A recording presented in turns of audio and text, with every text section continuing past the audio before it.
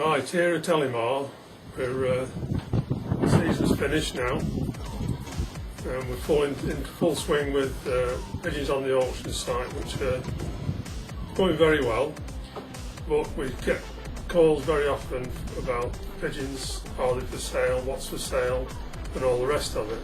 And when you're trying to talk to people over the phone, you're trying to tell them what there is, what they probably are the best pigeons. You could be wrong for the simple fact it just depends how that person can race them.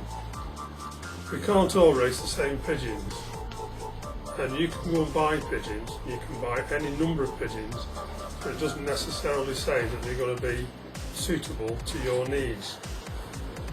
So I've always said you go near as the tree as possible, and sooner or later you're going to get good quality pigeons out that are going to win and breed winners.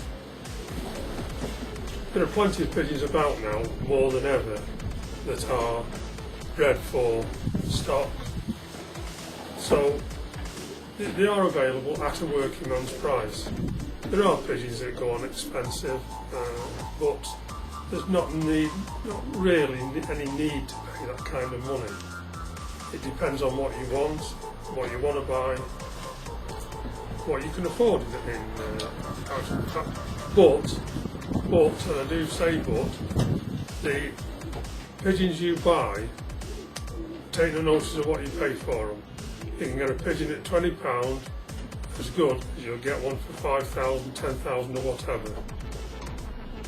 Pigeons are like anything else. It's the fashion of the day. It's what people conceive as being good winning pigeons. But it's only done through publicity, and that is why they get into that position. But it doesn't say they are the best pigeons. You have different types of pigeons that suit different people, and everybody will have their own view of what a pigeon should or shouldn't be like. So a pigeon, this is a pied hen, bred by Tavernier in Belgium. She's a good, well cast hen. She's flown the young bird programme, which I don't normally fly. She does have a good wing on her. Got a good body, and she's got a good line to her.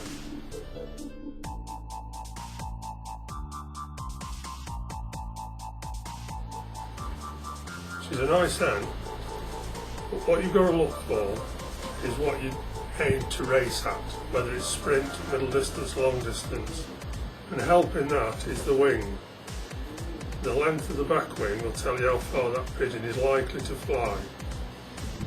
It doesn't work in 100% of the cases, nothing ever does, but more often than not you'll find that a good distance pigeon has got a good length from there to there, covering the secondaries.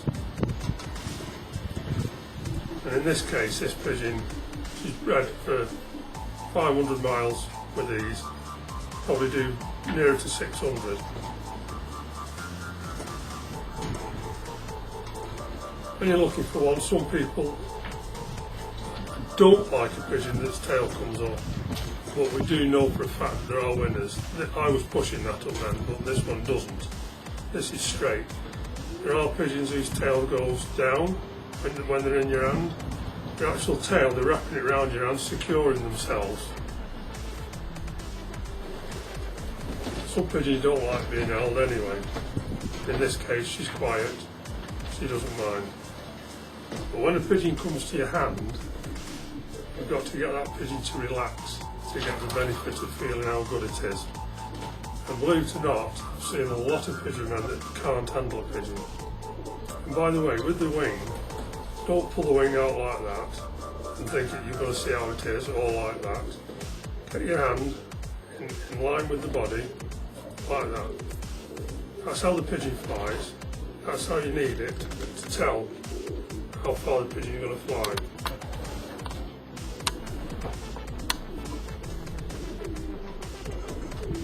As I say, it's always a matter of choice, but going back to this tail business, when you hold the pigeon, its tail goes down, it's round your finger, and the pigeons do have a real good strong back on them. but a lot of people just prefer them to sit straight in your hand. To me, I like them like that, but I also like the tail to go down, have some strength in the back. I'll just go and get another one and show you another one.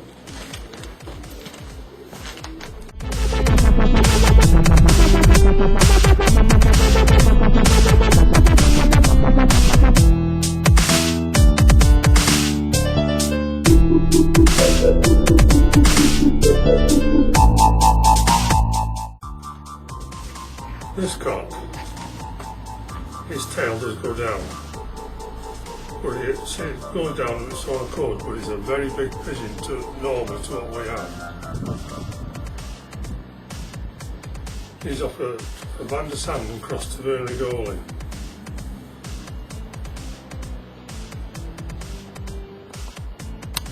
Bigger than normal, but he will fly.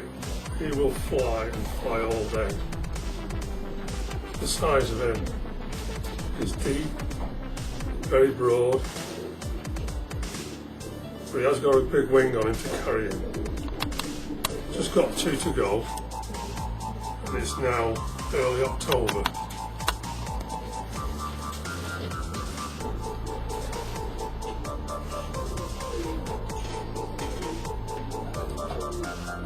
Van der Sand and cross to Vernigoli. As I say, he's big. He's a big pigeon, and he's got a good back on him. His tail does go down, but he has raced. He's been up to 146 miles this year as a young bird. He's only a young bird. Him and his nestmate, and pigeons the same way bred, have won in the Europa Classic in the final race, and they've been big pigeons like this.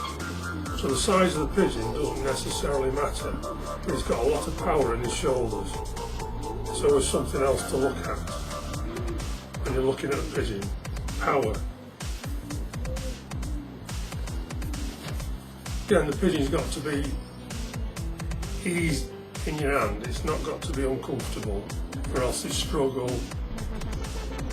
Some pigeons just don't like being handled. And I don't handle these pigeons very often. We're on the ETS, so they don't get handled from a race, and this year they've trapped better than they've ever trapped young birds out. And they've come back and finished as if they mean it. Whereas other years, they've come back, I'm not going in there, I'm not going to be picked up and caught, rubber taken off me. So they'll sit out a bit or hang about, and sometimes till another pigeon comes before they'll come in. And that's when good pigeons are ruined as young birds. But with the ETS now, that's no problem. They're not caught, they go in themselves, and the only time they are actually caught is when they're sent to training, to races, when they're handed down the club. Because what I do with them, put the basket on the floor, boards around and usher them into a basket. So they're not even caught to go in the basket for racing, just down the club. Occasionally when people come, I do show them pigeons and they do hang them. But I'm always careful not to keep showing the same pigeon, handling the same pigeon. Try to vary from one to another. And it doesn't do them any harm if anybody's coming and handling your pigeons, as long as they can handle a pigeon and handle it properly and well. Here's a big pigeon. I'll go find another one.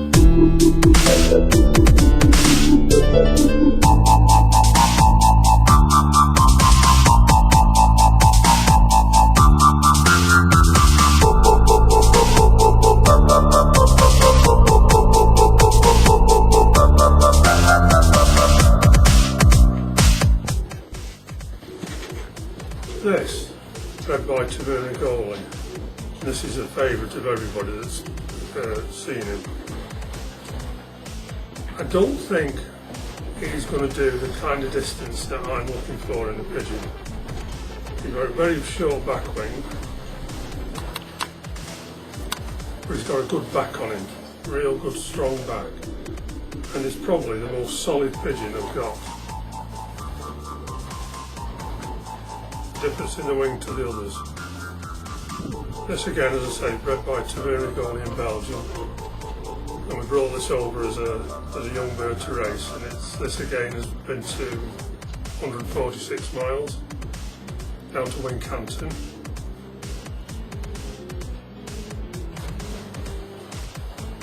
A bit of an individual.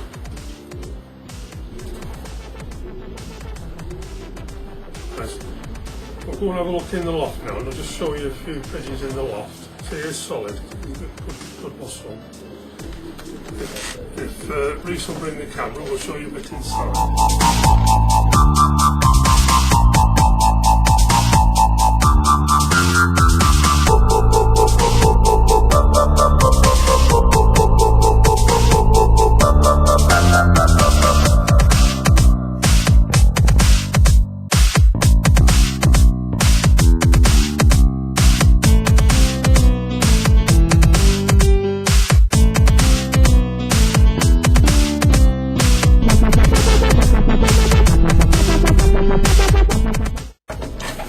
The loft is just an ordinary traditional loft up and over boxes. These are the old birds for next year, the cocks. Well, they're all here, young and old. They're just up and over boxes. If any are sent to a race, they can be locked off.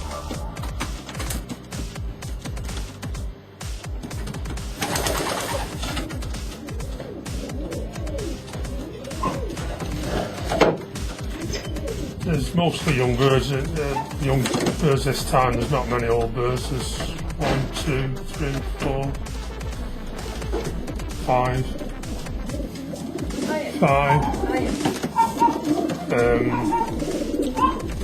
Yeah, that's about all. 5 old cocks and 11 young cocks. But what I did was I moved the old cocks out into this other end section, and let the young cocks claim the boxes, and that's how they worked. They were claiming the boxes, and then once they were settled, I let the old cocks back in. As you can see, they start fighting now over a box.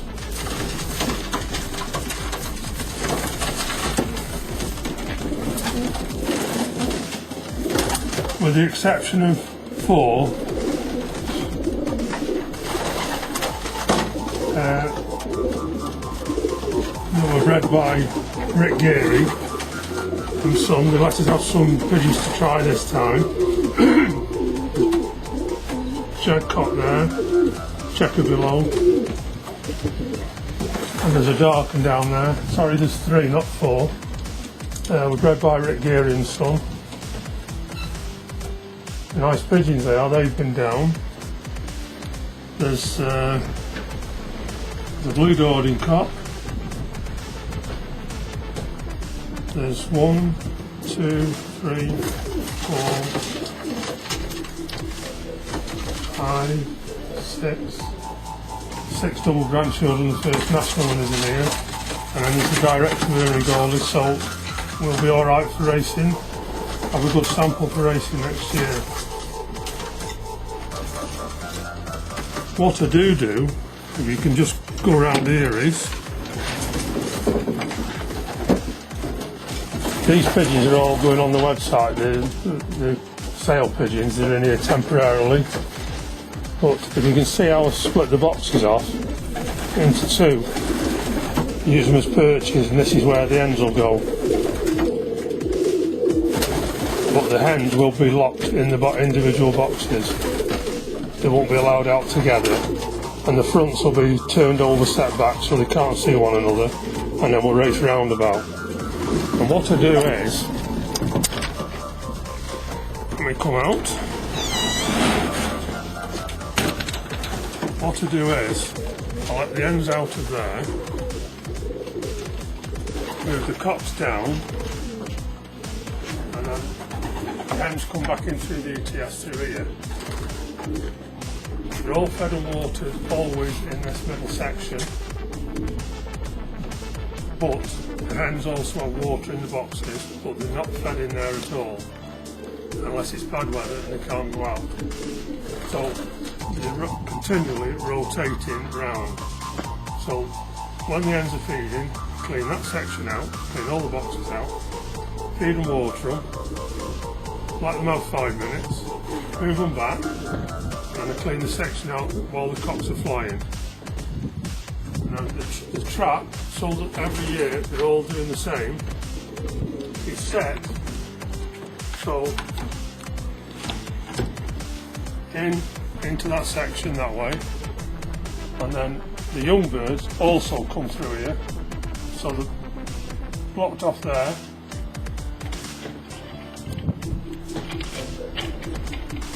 Blocked off there, so they go through 2 sets. That then moves over, so that section is blocked off, and the young birds are out, and then they go back into their section.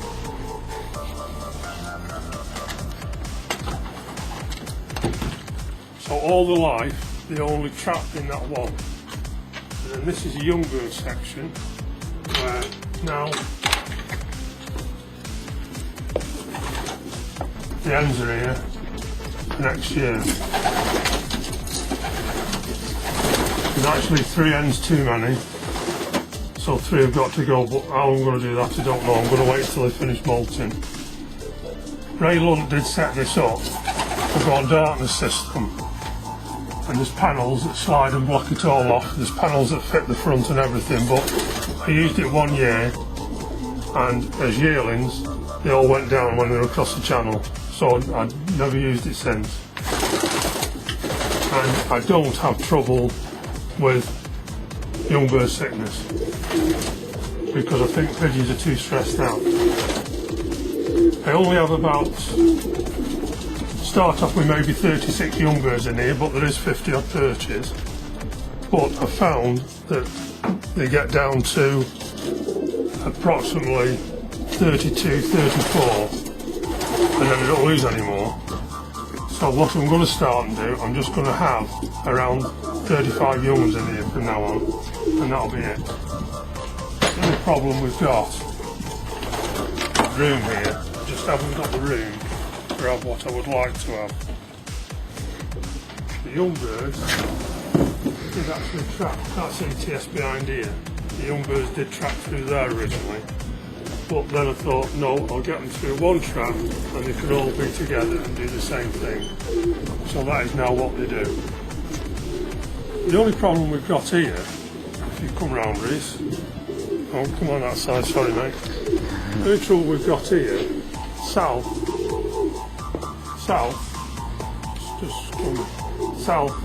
is there, that's where the pigeons should come.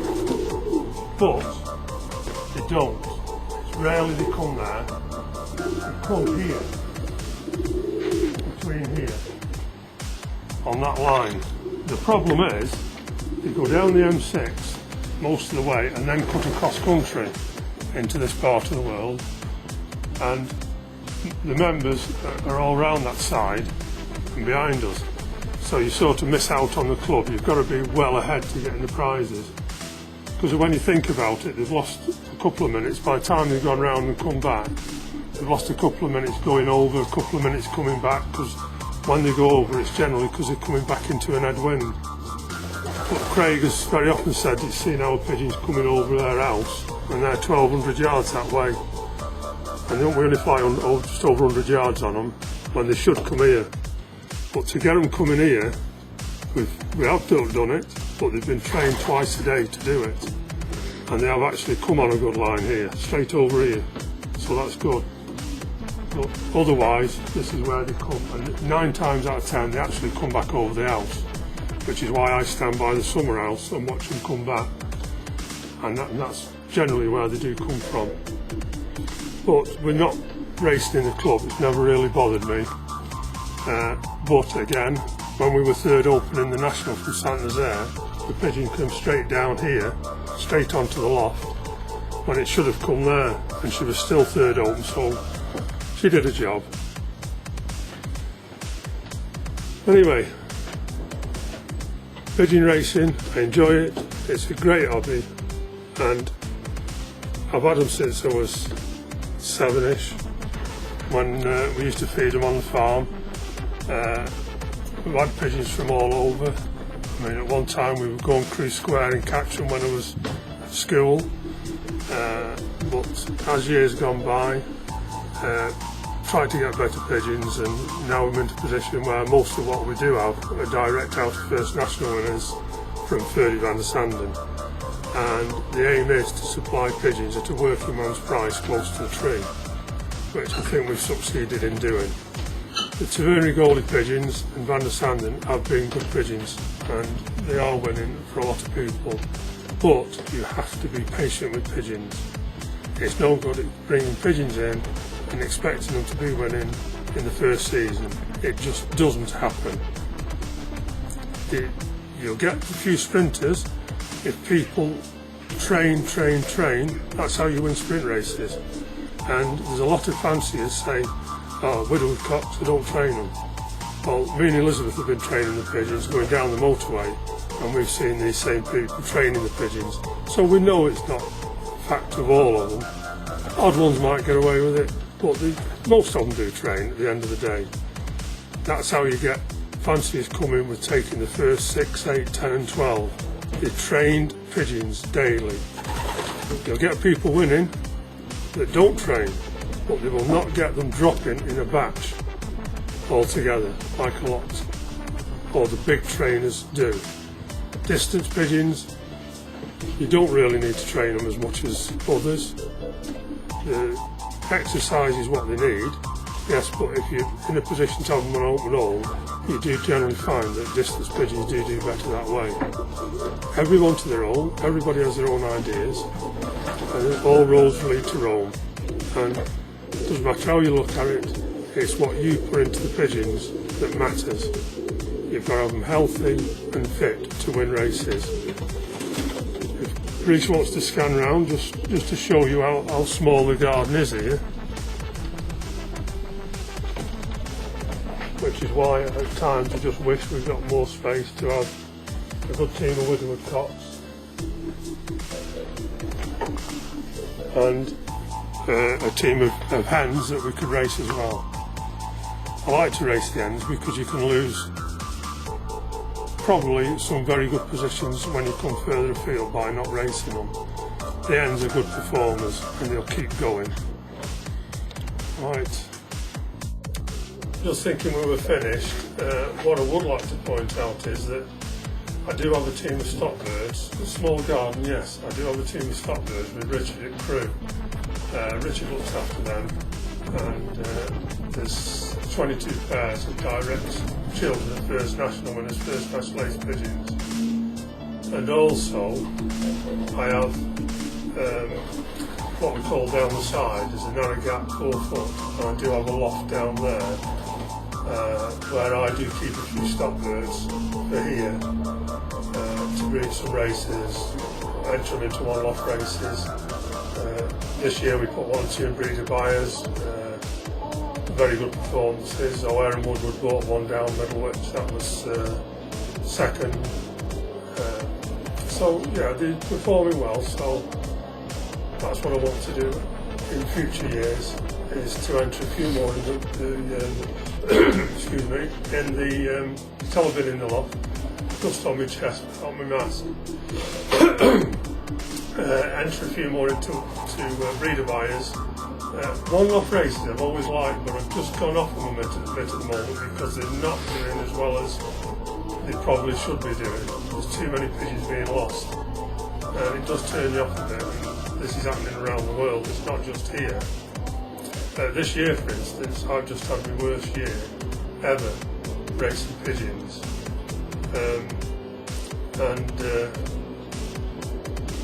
until I got to just before Tarbes, I spoke to Van der Sanden, vet in Belgium, and he said it's in their head. And he said there's a lot more people that are having the same problem and losing very good pigeons, not just in England, it's all around Europe. And "You're all right, just telling me the phone's going." And I said to him, "What is it?" He just said, "It's in their head." He said, "I'll send you some stuff," which he did do. I treated him on the Thursday, Friday and Saturday before TARS, and the young birds went from doing 5-10 minutes to doing an hour plus, and the old birds started flying the same. And so I decided to send the 3 AM to into TARS with the National, and they come really well.